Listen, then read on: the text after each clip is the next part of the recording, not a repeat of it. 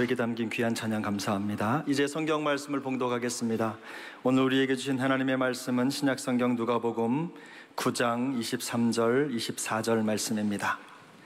신약성경 107페이지입니다. 누가복음 9장 23, 24절 말씀을 다 함께 한 목소리로 봉독해 올리겠습니다. 하나님의 말씀입니다. 또 무리에게 이르시되 아무든지 나를 따라오려거든 자기를 부인하고 날마다 제 십자가를 지고 나를 따를 것이니라. 누구든지 제 목숨을 구원하고자 하면 잃을 것이요 누구든지 나를 위하여 제 목숨을 잃으면 구원하리라. 아멘. 오늘은 367분의 우리 성도들이 학습과 세례와 입교를 하게 되었습니다. 세례받는 분들뿐만 아니라 우리 일반 성도님들도 모두가 다 공감할 수 있는 근본적인 질문을 오늘 말씀을 통해 확인하겠습니다. 할렐루야. 그게 뭐냐면 십자가는 지금 나에게 이 순간 This and now, 지금 이 순간 나에게 어떤 의미를 주는가? 우리의 삶에 수많은 난제들이 있습니다. 그런데 그 난제들이 오늘 이 질문을 통하여 제대로 답을 받으면 하나님께서 많은 부분들을 해결해 주시리라고 확신합니다. 오늘 여러분들이 찬송가 오랜만에 변찮는 주님의 사랑과 거룩한 보혈의 공로를 찬송을 했는데, 요즘 우리 새 찬송을 쓰니까 가사가 좀 바뀌었잖아요. 4절 오면 전에 찬송은 십자가 튼튼히 붙잡고 날마다 하는데, 새 가사는 십자가 단단히 붙잡고, 저 남쪽 사투로 십자가 단디 붙잡고, 또 야물딱지게 붙잡고. 그러니까 십자가가 어떤 의미인지 오늘 파악을 하면 다시요 내 삶에 어떤 근본적인 해답을 얻을 수가 있습니다.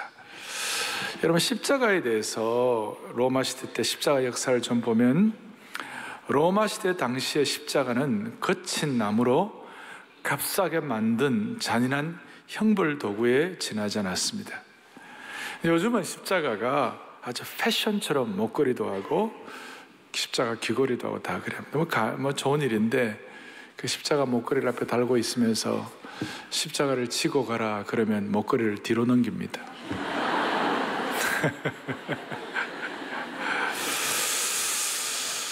그러니까 여러분, 이 십자가에 대해서 제가 잠깐 좀 정리를 할게요.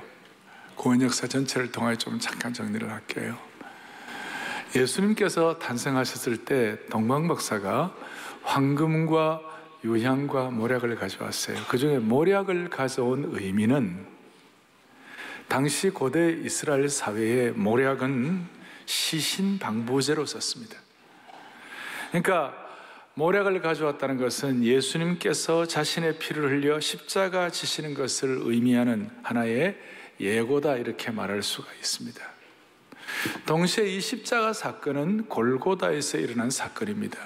그런데 이렇게 추수를 올라가면 골고다는 모리아산, 거기에 옛날에 아브라함이 이삭을 바쳤던 그곳으로부터 이렇게 기인한다고 말할 수 있어요. 그런데 그게 무슨 의미가 있는가? 여러분, 아브라함에게 이삭은 100세에 낳은 아들이에요.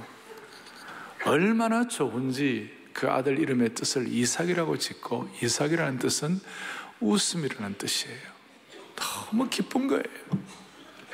너무 기뻤어요. 근데 하루아침에 청천벽력처럼 아들을 바치라 그러니 기가 막힌 일 아닙니까? 그러니까 그 기쁨의 근원이 되었던, 웃음의 근원이 되었던 그 이삭을 제물로 바치려고 그럴 때 그 아버지 되시는 아브라함의 가슴 아리는 말로 닿을 수가 없었어요. 그걸 왜 이 모리아산과 골고다를 제가 말씀드리느냐 하면, 아브라함이 이삭을 바치는 그 사건은 우리 하나님 아버지께서 독생자이신 예수 그리스도를 제물로 바칠 때, 십자가를 제물로 바칠 때 갖는 가슴 아리를 미리 타이폴로지, 예표를 하고 있다 이 말이에요. 그러니 이것은 아브라함이 이삭 바칠 때 그 가슴 아픈 거는 우리가 미루어 짐작할 수 있잖아요. 그런데 하나님께서 예수 그리스도, 독생하신 예수 그리스도를 제물로 바칠 때는 아브라함의 가슴 아리에 천배 만배가 되는 그런 가슴 아리를 하셨을 거라고요. 그리고 우리는 예수님의 십자가 지신 사건을 나름 알고 있습니다.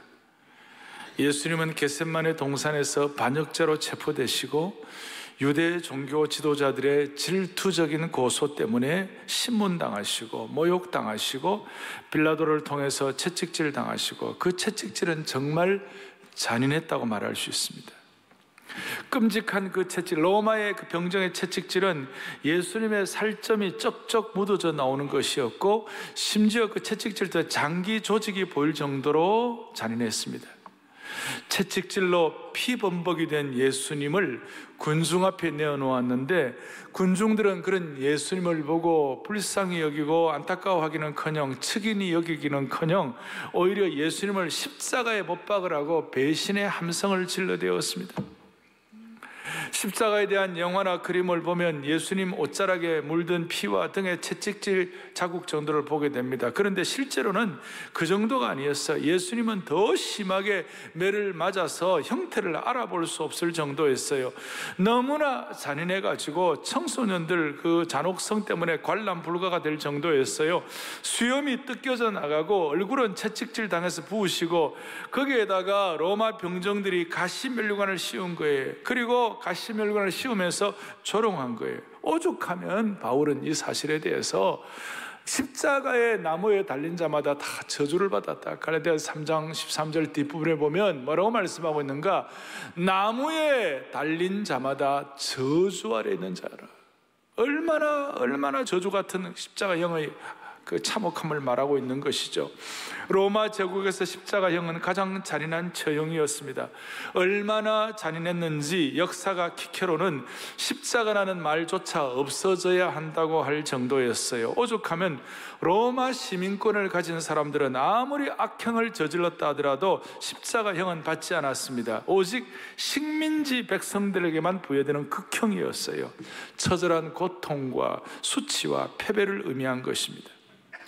이런 처참한 십자가가 우리에게는 구원의 도구가 되었다니, 로마의 이 잔인한 처형 도구가 우리에게는 구원의 십자가가 되었다니, 이 얼마나 아이러니하고 역설적이냐 이 말이에요. 예수님은 십자가를 안 지셔도 되었어요. 예수님 십자가 진다고 그러니까 베드로가 뭐라고 얘기했습니까? 예수님 안 됩니다, 십자가 지지 마십시오. 그랬을 때 예수님 뭐라고 말씀하셨어요? 마태복음 26장에 보면 내가 12영이나 12군단이나 더 되는 천사들을 보내어서 충분히 이 로마의 압제와 모든 걸 처리할 수 있다. 그런데도 내가 하지 않는다. 여러분, 거기에 어떤 뜻이 포함되어 있습니까? 천사나 갖는 능력이 얼마나 대단합니까? 열왕기하 19장에 보면 천사 한 명이 이스라엘의 원수 아수르의 사내립의 군대 18만 5천 명을 단칼에 하룻밤에 다 없앴어요. 그러니 12영이면 한 영이 6천 명인데 12명이면 7만 2천 명의 천사 군대가, 천군이 만약에 어떤 그 잘못된 사람들을 이렇게 막으려고 할 때에 한 명당 18만 5천 명인데 7만 2천 명이면 어떻게 돼? 수백만, 수천만, 수억의 사람들을 정리할 수 있는 것이에요. 수억의 대적자들을. 그런데도 불구하고 예수님은 저항 없이 채찍질 당하시고 피 흘리시고 나중에 자신이 못 박히실 십자가를 직접 메고 가는 고통을 받으신 거예요. 제가 앞부분에 뭐 이렇게 좀 자유롭게 말씀을 드렸지만 사실은 제가 이 말씀을 준비하면서 제 마음이 떨리는 거예요. 왜 떨립니까? 이 처참한 십자가형은 사실은 내가 받아야 할 것이라는 거예요. 이 형벌은 내가 받아야 할 것이라고. 만약에 우리가 이 십자가의 문제의 은혜가 해결이 안 되고 오늘 세례받고 이런 것이 없이 만약 우리 죽게 되면 우리가 영원한 형벌에 떨어져 가지고 이 처참한 형벌을 우리가 받아야 될 거라고. 제가 받아야 되는 거예요. 그런데 이걸 주님이 대신 받으셨으니, 안 받으셔도 될 분이 이걸 받으셨으니 가슴에 떨리는 거예요. 아멘. 네. 아멘. 주님은 저항 없이 다. 그러니까 그런 상황에서 십자가는 과연 어떤 의미인가? 우리에게 주는 의미가 무엇인가? 그래서 이 처참한 십자가가 우리에게 주는 의미가 뭘까? 오늘 본문을 읽었습니다. 누가복음 9장 23절에 아무든지 나를 따라 자기를 부인하고 날마다 제 십자가를 지고 나를 쫓을 것이니라. 우리는 제자훈련하면서 잘 아는 성경 구절이고 토요일 이전 새벽 예배에 우리가 암송하는 구절이에요. 십자가를 진다는 것이 무엇인가?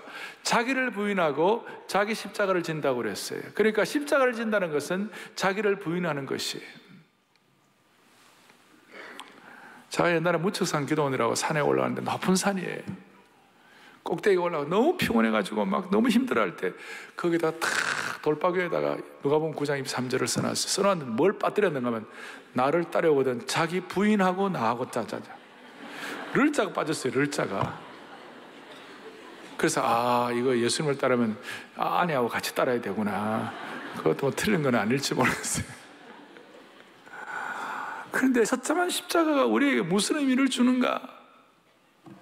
무슨 의미를 주는가? 제가 정리하면 예수님께서 우리 한 사람 한 사람이 구원받기 위하여 구원 역사를 위하여 7만 2천 명이나 더 되는 천사군들을 천군들을 동원할 수 있었지만 포기하신 것처럼 오늘 이 시대에 사는 우리들도 구원의 은혜에 동참하기 위하여 자기를 포기하라 그 말이에요. 그러니까 자기 십자가를 진다는 것은 뭐냐? 자기를 부인한다는 말이에요. 자기를 포기한다는 뜻이에요. 예수님은 우리에게 자기를 부인하고 자기 십자가를 지라고 하는 것은, 여러분, 예수님은 우리를 아끼시고 사랑하시고 목자의 심정으로 우리를 민망히 계시고 측은히 계시고 우리를 돌보시는 분인데, 오늘 마치 자기 부인하고 자기 십자가 지라는 것은 마치 무슨 세디스트가 가학 행위를 하는 것 같은 그런 느낌이 들 수도 있는데, 주님은 세디스트가 아니에요. 주님은 가학 행위를 하는 분이 아니에요. 주님은 우리를 정말 사랑하는 분인데, 왜 그렇게 사랑하는 분이, 그 사랑의 주님이 우리에게 자기를 포기하고 자기를 부인하고 십자가를 지라고 그랬어요? 그 이유가 뭘까요? 오늘 이게 키예요. 오늘 세례받는 분들은, 제가 평소에 비해서 세례받는 분들이 오늘 이 말씀은 조금 어떻게 보면 깊이가 있는 말씀이라고 할 수 있어요. 오늘 이 자리에 참석하신 모든 성도들은, 또 오늘 본당 안성수양관 제천기도 동산 별관에서 드리는 모든 분들도 동일하게 마음속에 와 닿아야 할 것인데, 그것이 뭐냐? 십자가를 진다는 것이 뭐냐? 그건 자기를 부인하는 것이고. 그러면 주님은 우리를 사랑하는 분인데 왜 자기를 부인하고 자기를 포기하라고 그럴까요? 그 이유는 딱 오늘 이 핵심이에요. 자기를 부인해야 자기를 찾을 수 있기 때문에 그런 것이. 여러분과 저는 십자가를 통하여 자기를 포기해야 자기를 찾을 수가 있는 것이에요.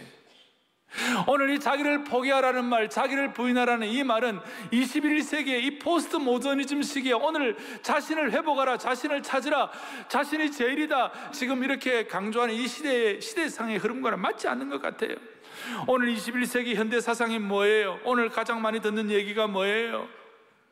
자기를 찾으라, 자기를 표현하라, 자신을 성취하라, 당신 자신이 되라, 자기 권리를 주장하라. 그래서 자신을 드러내고 자신을 숭배하고 자기를 신격화하고는 인본주의적 사고와 사람 중심, 소비자 중심, 너 방식대로 살아라. 이거하고는 너무나 차이가 있는 얘기예요. 그러니까 여러분 잘 한번 생각해 보시라. 아무리 아이돌이고 세상에 유명 스타고 대단하다 할지라도 자기 권리 주장하고 자기 것만 찾는 그 한은 결국은 허무에 치를 뜰 수밖에 없는 것이에요. 그래서 주님은 뭐라고 그러느냐? 너를 부인하라는 것이에요. 그리고 너를 부인하면 무슨 일이 일어나느냐? 주님은 우리의 사랑의 주님이신데 그렇게 말씀하신 이유가 뭐냐면 오늘 24절, 누구든지 제 목숨을 구원하고자 하면 잃을 것이요 누구든지 나를 위하여 제 목숨을 잃으면 구원하리라. 어렵지만 한마디로 말하는 거예요. 네가 진짜 예수님 때문에 자기를 부인하면 자기를 찾는다는 것이에요. 자기를 얻는다는 것이에요. 무슨 뜻인가? 오늘 이 세상 사람들의 삶의 판단 기준이 있어요. 예수 믿는 순간, 우리는 세례받고 이러는 순간 우리는 삶의 판단 기준이 세상 사람들과 달라졌어요. 자기를 측정하고 자기를 평가하는 기준이 달라지게 된 것이, 일반 사람들은 자기를 평가할 때 내가 오늘 좀 제대로 머리는 단정한가, 몸은 제대로 준비되어 있는가, 그래서 전신 거울을 가지고 자기를 비춰봐요. 근데 예수 믿는 사람들은 자기를 돌아볼 때 세상 사람들이 말하는 거울 정도가 아니라 십자가라는 거울을 통하여 자신을 다시 살펴보는 것이에요. 그러니까 신앙의 판단 기준이 달라진 것이에요. 별로 가만히 계시네요. 다시 자, 여러분, 오늘 세례받고 난 이후에 진짜 예수 믿는 사람들은 신앙의 판단 기준이 달라졌다니까요. 세상 사람들은 거울을 보고, 거울도 우리가 볼 수 있어요. 우리 다 보잖아요. 그러나 영적인 세계에서 신앙인들은요, 십자가라는 거울을 통하여 자기 자신을 다시 판단하는 것이에요. 십자가라는 거울을 가지고 자신을 판단할 때 갖는 중요한 영적 원칙이 뭐냐? 자기를 포기해야 진짜 자기를 찾는다는 것이에요. 여기에 깊은 신비가 있어요. 십자가를 통해서 자기 자신을 바라보게 되면, 십자가의 거울을 통하여 자기 자신을 분별하게 되면, 자기를 부인하는 것은 자기를 상실하는 것이 아니에요. 자기를 포기하는 것도 자기를 버리는 것이 아니에요. 자기를 포기하는 것은 자기를 잃어버리는 것도 아니에요.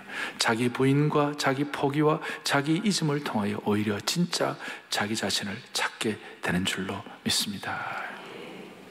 반대로 인간적인 거울을 통하여 나 자신을 찾으려고 하면 거짓된 자아를 찾게 되는 것이 거짓 자아예요.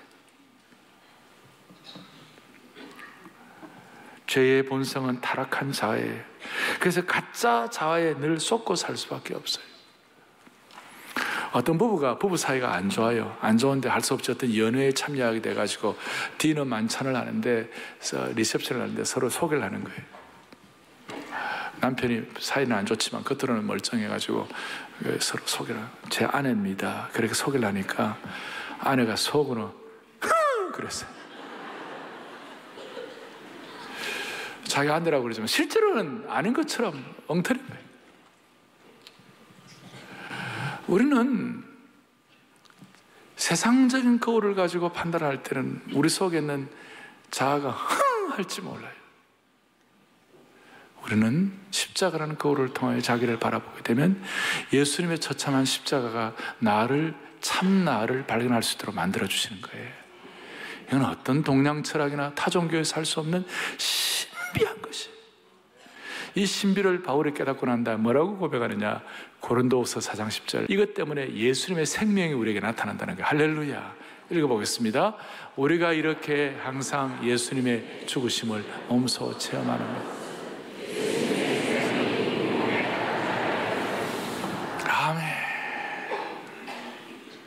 희한한 거예요. 자기를 포기하면 자기를 찾게 되는 겁니다. 아니, 예수님의 십자가라는 거울을 통하여 자기 자신을 확인하면, 예수님의 죽으심을 깨닫게 되면 예수님의 생명이 우리 속에 나타나는 것이에요. 그래서 이상하게 우리가 가는 데는요, 전화위복의 역사가 일어나는 거예요. 다시요. 우리가 가는 데는 전화위복의 역사가 일어나는 것이에요. 선교사들이 가는 데는 역사가, 새로운 생명의 역사가 일어나는 것이에요.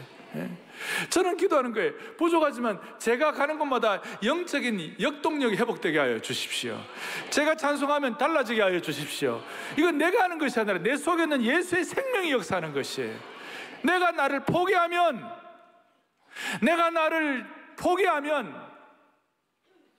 자기를 부인하게 되면 주님은 참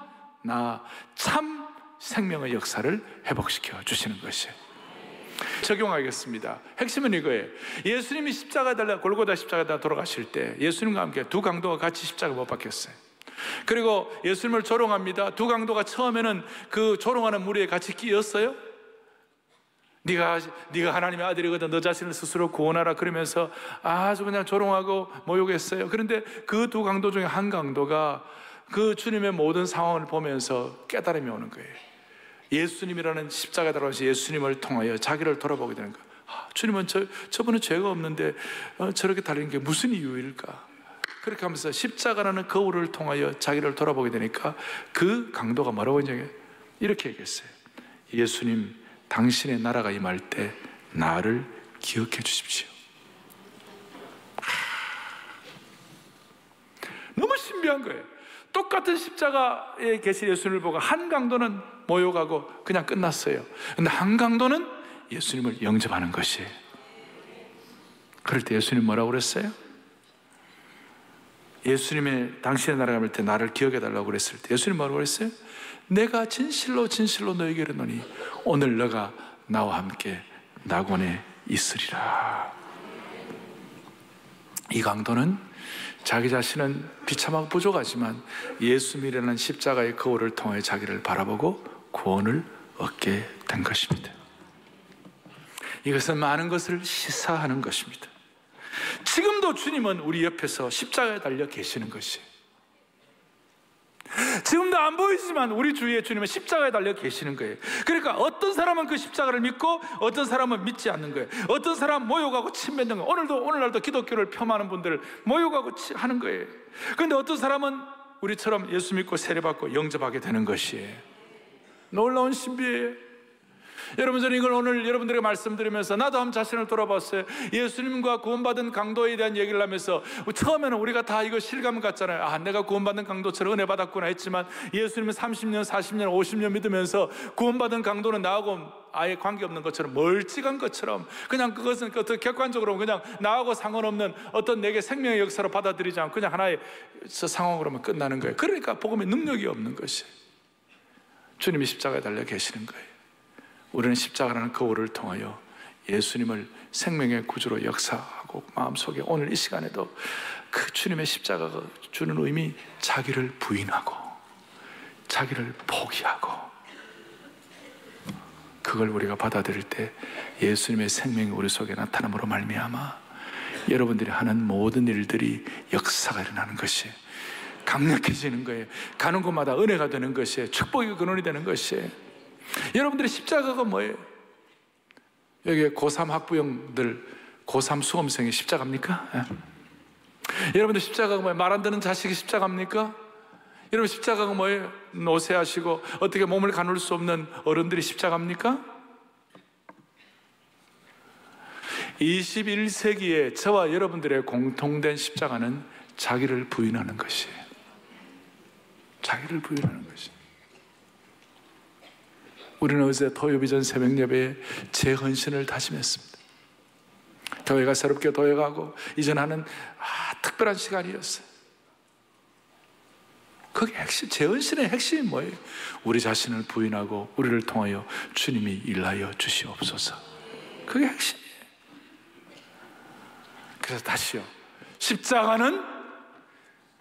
십자가라는 거울을 통해 바라보게 되면 자기를 포기하게 되고, 그 자기 포기를 통하여 진짜 나를 찾게 되는 것이에요.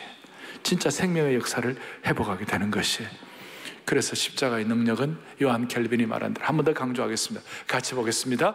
고난의 십자가에 멸망은 파멸되고 고통은 고통을 당하고 저주는 저주를 받으며 사망은 살해당해. 우리를 고통 주고 우리를 파멸시키고 우리를 저주하는 모든 상황은 다 저주받고 오히려 저주받아가지고 오히려 우리는 생명의 역사를 회복하는 하나님의 백성들이 될 수가 있을 것입니다. 오늘 이 자리에는 말도 안 되는, 납득이 안 되는 십자가를 지고 있다고 생각하는 분들이 있을지 몰라요. 말도 안 되는 고통을 당하는 분들이 있어요. 그런데 오늘의 기준점을, 내가 말도 안 되는 고통이라는 기준점을 십자가를 통하여, 십자가라는 거울을 통하여 신앙의 기준점을 다시 재정비하는 것이에요. 좌표를 새로, 0점 조준을 새롭게 하는 것이에요. 내일부터 제자훈련 지도자 세미나를 하게 됩니다. 지난 몇 년 가운데서 가장 많은 분들, 360여 명의 목회자들이 참여해가지고 내일부터 세미나를 하게 됩니다. 사랑의 교회 칼 세미나, CAL, 그 뭐냐, C는 cold, 그 다음에 A는 awaken, 그리고 L은 뭐냐, laity, 평신도를 깨운다는 이 영어의 이 첫자들을 끌고 와서 CAL이에요. 뭐냐, 교회의 핵심 주체인 성도들 한 분 한 분을 세상을 향해 보냄받은 소명자의 삶을 살도록 교회가 돕고, 그 소명자의 삶을 살아 가장 가치 있는 삶을 살고 자기뿐만 아니라 다른 분들과 함께 영적 재생산을 할 수 있도록 그렇게 도와드리는 것이 칼 세미나의 핵심인데, 정말 우리는 세상을 향해 보내받는 소명자가 되려고 할 때 우리가 우리 몫에 댄 십자가를 지고 가야 되는데, 그 십자가는 자기를 부인하는 것이고 자기 부인을 통하여 예수님의 생명이 우리 속에 나타나는 것이에요. 그래서 이 칼 세미나가 만만하지 않아요. 오늘 오후부터 내일 오후까지는 제가 거의 자기 죽음이에요. 준비하고 기도하고 하지만 얼마나 압박을 많이 느끼는지 몰라요. 근데 이제 오늘부터 내가 마음을 바꿔먹었어요. 그 압박을 내가 자기 포기로 연결하게 하여 주십시오. 자기 죽음 선언과 연결하게 하여 주십시오. 그래서 내 죽음 선언을 통하여 예수님의 생명이 갈세미나에 나타나게 하여 주십시오. 이런 마음의 소원을 갖는 것이 1년에 적어도 3차례 이상 우리 교회는 칼 세미나를 하고, 칼 세미나를 할 때마다 이 십자가의 역사와 그 다음에 복음의 본질과 사역의 목회의 본질을 다시 회복하는 것이에요. 그래서 우리는 자기 비움, 자기 섬김 이런 것들을 확인하게 되고, 특별히 칼 세미나를 할 때 우리 교회 지금 수천 명의 교우들이 이번 주간에 360개의 다락방 참관 실습 720개를 우리가 오픈하게 되는 거예요. 아마 적어도 수천 명의. 그리고 이 다락방 참관할 때 참관 실습할 때 그 가정마다 아파트에 거실을 이렇게 오셔가지고 같이 하잖아요. 그럼 되게 저는 안 봐도 미루어 짐작해요. 평소에 여러분들 거실이 깨끗합니까?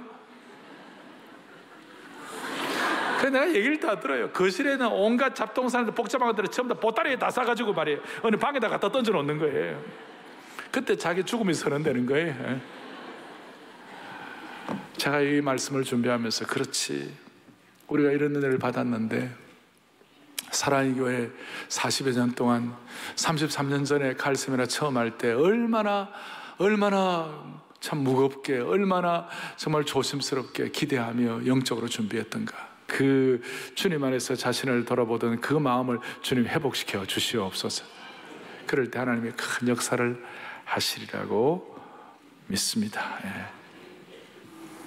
오늘 세례받는 분들도 동일하게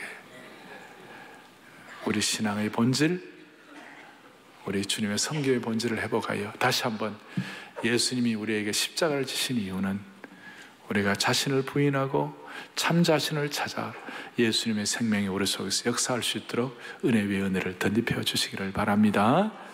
우리 찬송가 연말인가 날 위하여 있는데, 거기에 보면 늘 울어도 눈물로서 못 갚을 줄 알아, 이 찬송 하시면서 우리 세례식 우리 주님 앞에 거행하도록 하겠습니다. 늘 울어도 하겠습니다. 늘 울어도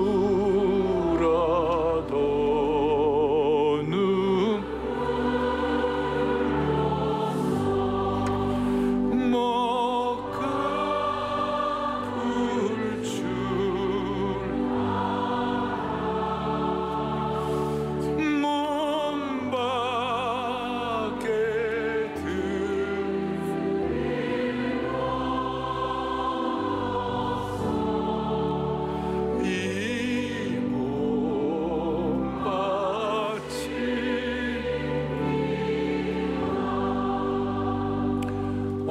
예배도 이 말씀에 근거하여 간증을 하고 세례를 받았는데, 오늘 3부 예배에는 우리 김학수 성도님, 우리 남자 성도 54세이시고 우리 이렇게 큰 기업의 부장으로 계시는데 오늘 말씀 간증을 하실 거고, 또 우리 김현정 성도님은 여 성도님이 38세이신데 지금 변호사이신데 두 분이 나오셔가지고 우리 신앙 간증하고 우리가 세례식 가겠습니다. 어떻습니까?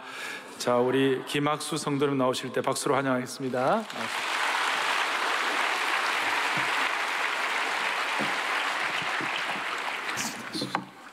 저는 결혼 초부터 아내가 원하면 가정의 평화를 위해 가끔 교회를 같이 가 주었습니다. 하지만 제 안에 믿음이 있었던 것은 아니었습니다. 제가 죄인이라는 사실도 그때에는 전혀 깨닫지 못했습니다. 믿음이 없던 저에게 목사님은 정말 착하고 선한 도덕 선생님 같았습니다. 저는 산업공학을 전공했고 과학적 사고의 틀에서 세상을 보아왔기에 창조론보다는 진화론이 더 믿음이 갔습니다. 교회에 다니면서 하나님이 천지를 창조하셨다는 말씀은 많이 들었지만 마음에 와 닿지는 않았습니다. 다락방을 시작하면서 순장님에게 창조론과 진화론에 대한 질문을 던졌습니다. 순장님은 웃으면서 성도님은 하나님의 아들이고 싶으세요? 아니면 원숭이 새끼이고 싶으세요? 라고 되물었던 기억이 납니다.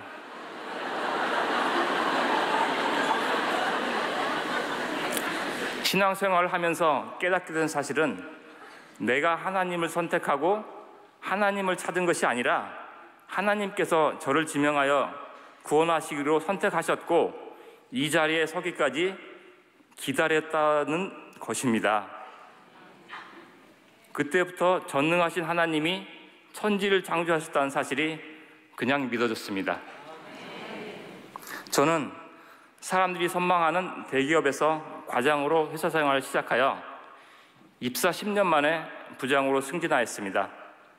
이제 조금만 더 하면 그토록 바라던 임원이 될 수 있겠다는 생각이 들었습니다. 천안에 있는 사업장에 머물면서 일에 빠져 살았습니다. 건강에 이상 신호가 왔지만 쉬지 않고 앞만 보고 달렸습니다.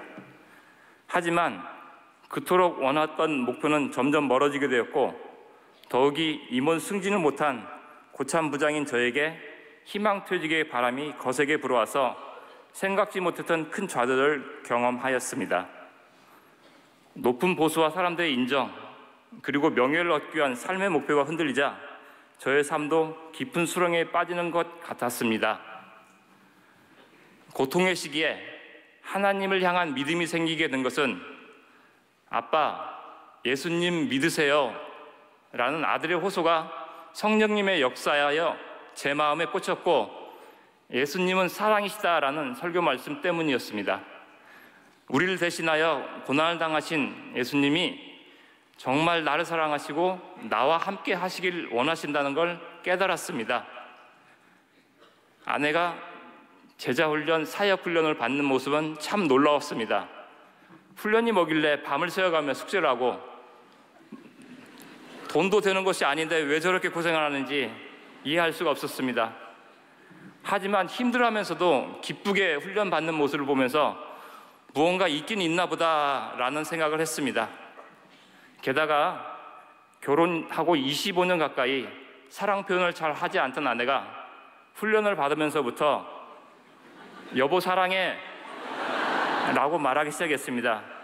그 모습에서 정말 하나님은 살아계시는 것 같다는 생각을 했습니다. 이번 봄 특세에서도 서로 사랑하면 그 안에 예수님이 거하신다는 말씀을 듣고 나니 예수님이 역사하셔서 아내가 환해졌구나 라는 생각이 들었습니다. 평범한 일상은 예수님을 만난 후에 가슴 뛰는 일이 생겼고 제 인생의 목표도 새롭게 바뀌었습니다. 더 이상 세상의 부와 명예에 연연하지 않고 예수님을 닮아가는 향기 나는 삶을 살기를 원합니다. 최근에 담임 목사님 설교 말씀 중에 아무리 못된 아버지라도 자식에게 좋은 것을 주는데 하늘 아버지께서 어찌 나에게 좋은 것을 주지 않으시겠냐는 말씀을 듣고 큰 은혜를 받았습니다. 다만 내가 구하지 않기 때문임을 알았습니다. 이제 하나님께 담대하게 구하려고 합니다. 저의 믿음이 더욱 신실해질 수 있도록 성령의 충만함을 주시고 항상 기쁨과 감사가 넘치는 삶을 살기를 원합니다. 저에게는 믿지 않으시는 양가 부모님이 계십니다.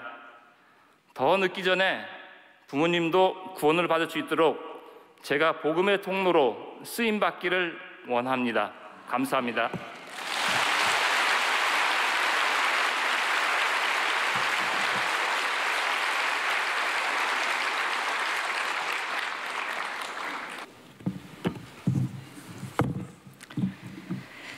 저는 불교를 믿는 가정에서 태어났습니다. 그러나 절이 싫었고 부적이 싫었습니다. 초등학교 때는 부모님과 함께 교회에 다니는 친구가 가장 부러웠습니다. 가끔 친구를 따라 교회에 나가는 기쁨을 누리면서 절에 다니시는 어머니를 만류하기도 하였지만 어머니는 어린 저에게 서로의 종교에 대하여는 상관하지 말자고 하셨습니다. 그렇지만 저는 하나님이 좋았고 교회가 좋았습니다. 대학 때에는 신실한 선배와 1:1 성경 공부를 하기도 하였고 고시 공부를 하면서 힘들고 지칠 때에는 가까운 교회를 찾아가 기도하며 위안을 받기도 했습니다. 주일 성수를 하지는 못했지만 마음 한켠에는 교회에 나가고 싶다는 생각을 늘 가지고 있었습니다. 그러나 복음이 무엇인지는 깊이 있게 알지 못한 상태였습니다. 고시 합격한 후 연수원에서 남편을 만났고 남편은 저를 사랑의 교회로 인도하여 함께 청년부 GBS에도 참석하면서 본격적으로 신앙생활을 시작하게 되었습니다. 예수님에 대하여, 인간에 대하여 점점 알아가면서 제 자신이 얼마나 하나님과 멀어진 죄인임을 철저하게 깨닫게 되었습니다. 예수님을 인격적으로 만나기 전까지 저의 삶은 그야말로 탄탄대로였습니다. 재학 중 사법고시를 준비하여 3년 만에 합격하였으며 사람들이 부러워할 만한 직장에서 일하며 배우자를 만나 결혼도 제때 했습니다. 사무실과 가족들의 배려로 미국 유학도 갈 수 있었습니다. 미국으로 떠나기 전에 아이가 생겼지만 남편과 가족의 도움으로 학위 과정을 잘 마쳤고 무사히 출산도 할 수 있었습니다. 세상적으로 볼 때에는 부족함이 없고 형통한 것 같았지만 신앙적인 관점에서 볼 때 저는 점점 영혼의 감각이 없는 사람이 되어갔습니다. 유학에서 돌아오자마자 가족들과 자녀 양육 문제로 지속적인 갈등을 겪었습니다. 친정 부모님께서 전적으로 도와주셨지만 자녀가 생기면서 엄마로서 감당해야 할 부분을 외면할 수 없었습니다. 가족들은 늘 분주했던 저에게 너의 욕심만 챙기지 말고 아이와 가족을 위하여 시간을 안배하라고 말했습니다. 이런 가족들의 마음은 충분히 이해했지만 저는 저의 출세를 위해서라기보다 그저 성실하게 일을 하고자 한 것뿐인데 주위의 이런 말들은 아픈 상처로 다가왔습니다. 설상가상으로 아이가 2돌이 넘도록 엄마 아빠라는 말조차 하지 못했습니다. 이런 아이의 모습을 보면서 불안함이 몰려왔고 결국 저는 제 자신의 부족함을 내려놓고 하나님께로 나아가 아이를 위해 간절한 마음으로 기도하였습니다. 그런 저에게 하나님께서는 모든 것이 합력하여 선을 이루실 것이라는 확신을 주셨습니다. 하나님께서는 30개월이 다 되어 아이의 말문이 터지게 하셨고 지금은 유창하게 말을 잘하고 있습니다. 가족과의 갈등은 오히려 서로의 생각을 아는 기회가 되었습니다. 승승장구할 것 같았던 직장에서도 어려움은 있었습니다. 승진이 누락되면서 마음에 큰 상처를 받게 되었고 그 누구도 저에게 진정한 위로가 되지 못하였습니다. 의지할 데 없이 오직 하나님께 나아가는 길밖에 없었습니다. 이러한 과정을 통하여 하나님께서는 제 자신의 모습을 적나라하게 볼 수 있게 하셨습니다. 그것은 성공에 대한 나의 욕심에서 비롯된 섭섭함이었습니다. 하나님으로부터 멀어져 있는 저의 모습을 처절하게 직면하였고 이러한 나의 변화와 성숙과 구원을 위해 십자가에서 고난을 받으신 주님의 사랑을 깊이 경험할 수 있었습니다. 고난은 내게 유익이라 이를 통하여 주의 율례를 배우게 되었다고 고백한 다윗의 심정을 깨닫게 되었습니다. 작은 고난이지만 고난을 허락하신 하나님의 분명한 뜻과 계획이 있음을 믿게 되었으며 그동안의 우유부단한 신앙생활을 회개하였습니다. 세례를 받는 오늘 그리스도의 십자가의 구원의 은혜를 생생하게 확인하고 저의 일평생 은혜를 더욱 사모하는 좋은 예배자로 세워지게 하실 줄 믿습니다. 일터에서 늘 경무에 시달리고 있지만 매주 선포되는 말씀과 찬양은 마린 영혼의 싱그러운 생수가 되고 능력이 됩니다. 이제는 하나님 앞에서 부끄럼 없는 하나님의 자녀로 신실하게 살아가기를 바라며 법조인으로서의 사명감을 가지고 하나님의 법과 공의를 위하여 힘쓰겠습니다. 나의 나된 것은 오직 하나님의 은혜이며 주는 그리스도시요 살아계신 하나님의 아들이심을 믿습니다. 감사합니다. 감사합니다. 우리 다 일어나시겠어요? 일어나셔서 찬송가 주의 확실한 약속의 말씀 듣고 1절 2절을 하고 우리 예배를 마무리하겠습니다.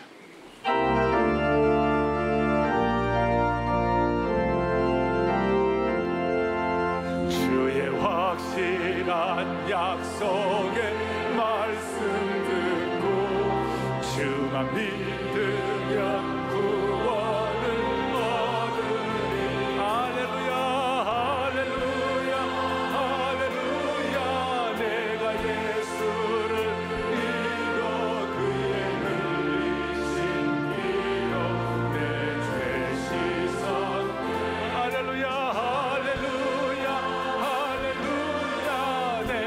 예수를 믿어 그의 흘리신 피로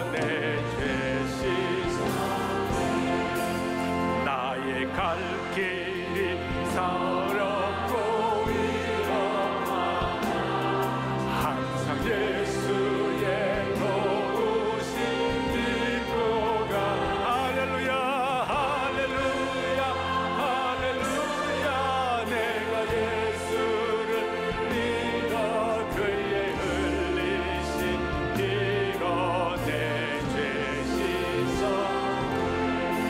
할렐루야 할렐루야. 내가 예수를 믿어 그의 흘리신 이거 내 죄 씻어. 마지막으로 십자가 생각하며 예수 어린 양 존귀하니라. 예수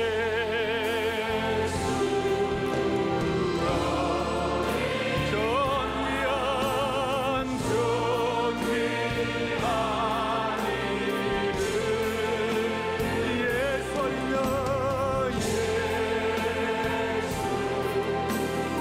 예수 존귀한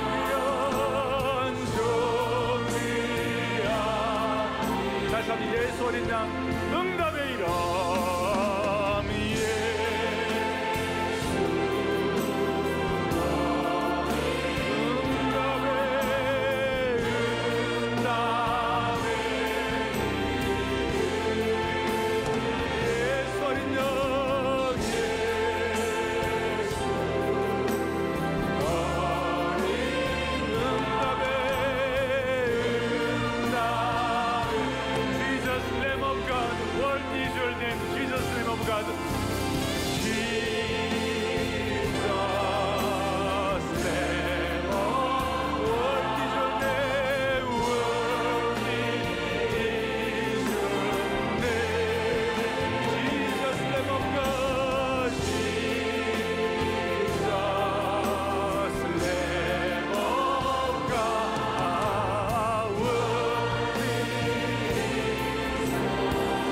예수 어린 양 존귀한 이름.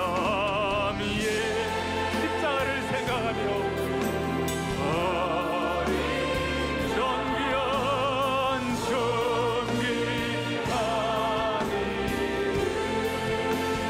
예수 어린 양 예수